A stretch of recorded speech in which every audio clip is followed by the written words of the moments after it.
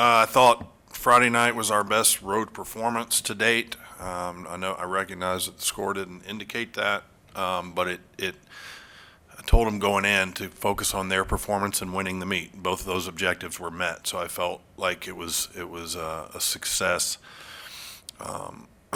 with regard to the things that we certainly can control. It doesn't mean we were perfect because we were bouncing around on ball a little bit and not terribly sharp over there, and in some spots in other places too. But top to bottom, I think it was collectively our best performance on the road so far.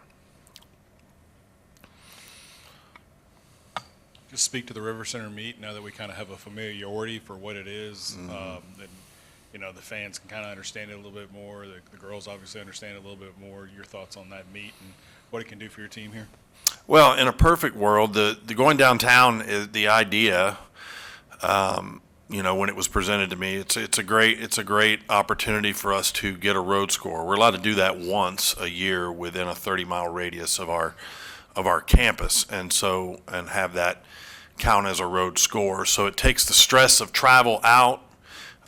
We were able to go get a road score and then compete on a podium this time of year as we get closer to the postseason, where that will become the surface that we're on at SECs and then beyond, is assuming we do well. That's the idea behind it. That being said, we're walking a tightrope with the health of this team, and we still have to be judicious and make decisions that are in their best interest. So I'm not going into this meet just absolutely throwing caution to the wind and trying to go get a big score, because we're competing for things much bigger as we go forward. So I just came out of a meeting where we're looking at making sure that we try to make decisions intentionally with regard to who's out there and how many reps we really have left. We still got 9 weeks left of this, and we need to make sure that we this may be the one opportunity we have where we have some flexibility, and we may need to look at using some of it. Coach, you said this was one of your better road performances of the year. What sort of strategies or mindset did you lay upon the team before they went out there on Friday? Was there anything different compared to how it would be here at the PMAC? I don't know if it's different. There's just a natural progression to the way you would like your messaging to go through a year. You start out in the beginning of the year and you try to set a baseline, set your floor of what you want to be, and then each week sort of stack those days or those building blocks and continue to improve. When we get later in the year, that narrative doesn't change, but theoretically, if you've progressed well, then those improvements become smaller as you get deeper into as you get closer to the end goal of where you'd like to be. And so the mindset then, it doesn't change, but it shifts to a little more sort of tangible goals and things that we want to see ourselves iron out and get a little bit better at, rather than speaking specifically about an approach or an aggressive mindset. Those things become a little more tangible and physically addressable things, whether it be landings and things that are more specific. And so I think that's kind of where we are. It was really just that's why I told them last week it was about putting together a complete meet, and we did that. We hit 24 routines. It was our best road performance to date. We've got three more coming up, including SECs, and so we want to continue to see that improvement. But the things that I'm talking to them about now are less general and more specific than they were, say, 3, 4, 5 weeks ago.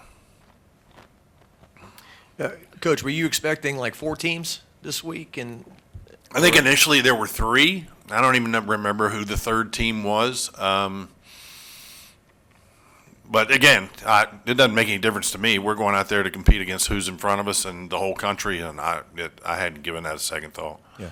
And for the novice fan, if it's Oklahoma or George Washington. Doesn't matter. It's always Oklahoma and George Washington every week. I mean, that's just – it doesn't matter. I mean, our measuring stick is us, number one, and number two, what everybody else does that week matters. So, it just, in terms of rankings and what everybody wants to get hung up on, it really doesn't make any difference whatsoever. If it does, then your head's in the wrong place as a competitor. I kind of sense the gears are turning a little bit with your lineups and stuff like that. Like you said, you may. Yeah, I mean, I'm not predicting anything, and there's not anything specific there, but I it's not a secret that we've got people that are hurting and ailing and trying to improve and come back from a health perspective, and to try and make sure that we at least spend the time talking about various scenarios. That's really what I'm challenging our staff to do right now. Let's make sure that we're not let's not be I don't know, unduly reckless in some ways. Let's just make sure that Kalia's shoulder is staying where it needs to be. Make sure that that we make the right decisions. It's tough this time of year, and you feel like you're getting to the end, but you're not. And there's still, we get past this meet and two more, and then it's SECs right after that, and then you're still a solid month before you're finished through the season if things go well. So, we've just got to be big picture oriented and just make sure that and again, I'm not predicting anything. I'm just saying that it might be a chance for us to get one or two people an opportunity that they haven't gotten. I'm kind of curious about the imagery of when you guys are making out your lineups in each event. You have names on little cards that you put up there like in Moneyball, or is it dry erase board, or is it lots of pieces of paper that get thrown away? We've got it all. We all have everything on paper in front of us when we talk about it. It's not on a board. We have a recruiting board that's that way, but not with it. When it comes to lineups, we kind of, and truthfully, we don't have a whole lot of flexibility right now, but we do have a little bit, and so we want to make sure that we talk through those scenarios and what that looks like. It's really not as complicated as you might think. Is it all the coaches or just your? It's all of us. I mean, I do everything collectively with it. Ultimately I'll make final decisions, but I want everybody's input on their events and getting a handle on statistically consistency numbers and things that we track when we're in the gym is part of that conversation too. Just kind of where everybody is. You certainly don't want to. We don't want to do something that if somebody's going through something and not training very well, we don't want to throw them out there and in a situation where we haven't given them a chance to succeed either. Coach, when you have the title of reigning national champion, how do you make sure that the girls are staying in the now and not getting wrapped up in postseason? We hadn't talked about that since first or second week, since that banner went up. I mean, last year's last year and this year's this year. It's a completely different path, totally different, journey, if you will, with its own twists and turns. And I don't think that's in their mind at all, and it's certainly not part of our equation. That was a great accomplishment for last year's team and for this program. But we're focused solely on this year's team and what we're trying to accomplish for this year's team and its members and the program. So, Coach, you've had that number one spot in ball locked up for a while now. Is this one of the more talented rotations you've coached in your career? Yeah, I mean, it's crazy. Like, yes, I think it's potentially, and they're all big vaults. Garrett does a really good job over there. He's got the right temperament, keeps them calm, especially when you have big explosive athletes. You don't want to get them too amped up because things can get a little out of control there. But yeah, I don't know. Rankings. I think we're all the events are ranked fairly high. That you can have the same group one year and be ranked completely different the next. And I couldn't tell you where we're ranked on everything. I don't pay much attention to that stuff. But I know that we've got to be up there. If you're overall number 2, then you're probably overall pretty high on everything. There's probably not a whole lot. And the difference between 1 and 6 in a lot of cases is very minuscule. So it's just really comes down to, who had the most recent bad day in some cases. I don't know.